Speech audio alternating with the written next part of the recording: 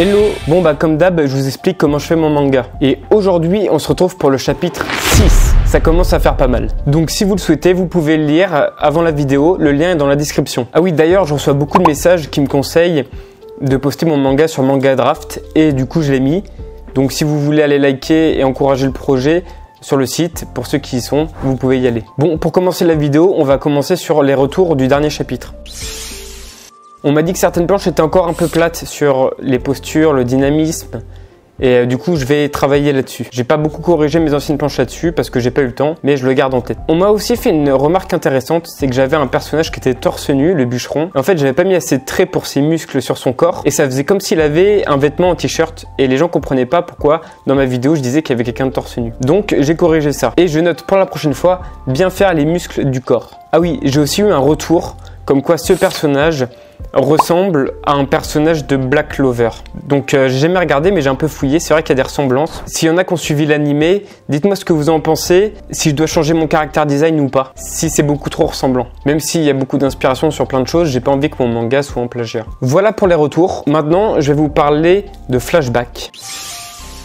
Dans mon dernier chapitre, j'ai utilisé le flashback et je trouvais important de parler de ça. Dans l'écriture des scénarios, les flashbacks sont un peu des jokers scénaristiques. Ça permet de rajouter des éléments à l'histoire quand elle est un peu bouchée et qu'on peut rien mettre à ce moment-là. Pour ma part, j'avais envie d'intégrer un pouvoir à mon héros. Et aussi, j'avais besoin que les lecteurs en sachent plus sur les ennemis, les diables. Je me suis donc dit qu'un flashback qui mettrait tout ça dans le même chapitre pourrait être important pour la suite de l'histoire. Un chapitre où le héros serait dans une école d'anges et en apprendrait plus sur ses ennemis. Faire des entraînements en flashback, c'est assez récurrent. Par exemple, ça me fait penser à l'entraînement de Yu Asakura dans Shaman King avec son grand-père. Mais il y en a d'autres, je crois qu'il y en a aussi dans One Piece quand Luffy s'entraîne avec Rayleigh. Donc le flashback, ça peut servir à ça, mais ça peut aussi aider à créer des liens entre les personnages. Par exemple, les flashbacks dans One Piece entre Luffy et ses frères pour montrer comment s'est créée leur amitié. Ou encore Hashirama et Madara dans Naruto. D'ailleurs, dans la fin de Naruto, pendant la Grande Guerre, les flashbacks ont été très utiles parce que l'histoire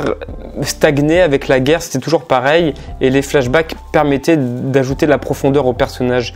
Pour l'aspect graphique du flashback, les petits bandeaux qui entourent les cases sont généralement blancs, et là je les peins en noir. Et je mets aussi un petit encadré en haut à droite au début de ma planche, pour dire à quelle époque je suis. Le flashback permet d'ajouter des éléments, rajouter de la profondeur à l'histoire. C'est pour moi le joker scénaristique. Bon, évidemment, selon moi, il faut l'utiliser avec parcimonie, seulement quand c'est pertinent et que ça fait avancer l'histoire. Tiens, je vais aussi vous parler rapidement du processus créatif de l'école des anges. Je voulais créer une école d'anges. Du coup, j'ai créé des tenues d'écoliers en fusionnant un peu les uniformes japonais avec les uniformes grecs. C'est un peu dans la continuité de mes autres personnages qui fusionnent les vêtements traditionnels avec les vêtements grecs. C'est un petit peu ce qui a été utilisé d'ailleurs dans Harry Potter. On voit les uniformes anglais mélangés à des capes de sorciers. Et pour la classe, je me suis inspiré des amphithéâtres grecs et j'ai aussi rajouté les éléments de mon monde que j'avais mis dans le premier paysage dans le premier chapitre de l'histoire. Voilà un petit peu comment j'ai fait l'école des anges. Bon, je vais aussi vous parler d'un challenge que j'ai eu pendant ce chapitre. Dans ce chapitre, j'ai fait combattre une fille pour la première fois. Les cheveux ainsi que la jupe et aussi le collier qu'elle a ont été assez challengeants dans le dessin. Quand un personnage va dans une direction pendant une attaque ou autre chose, ses vêtements, ses cheveux sont censés aller dans l'autre sens. Créer cette physicalité permet de donner du naturel au mouvement et rajoute, je trouve, beaucoup d'esthétique.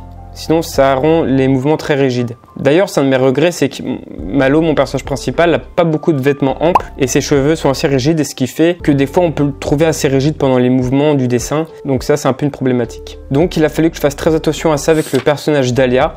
Vous me direz ce que vous en pensez sur les différentes planches. Bon bah voilà, j'ai un petit peu fait le tour de ce chapitre.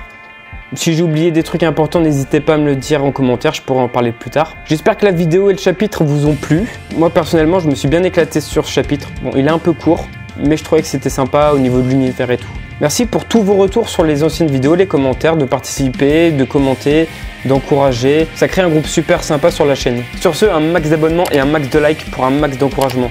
On se retrouve la prochaine fois pour la suite des aventures. À la prochaine, ciao!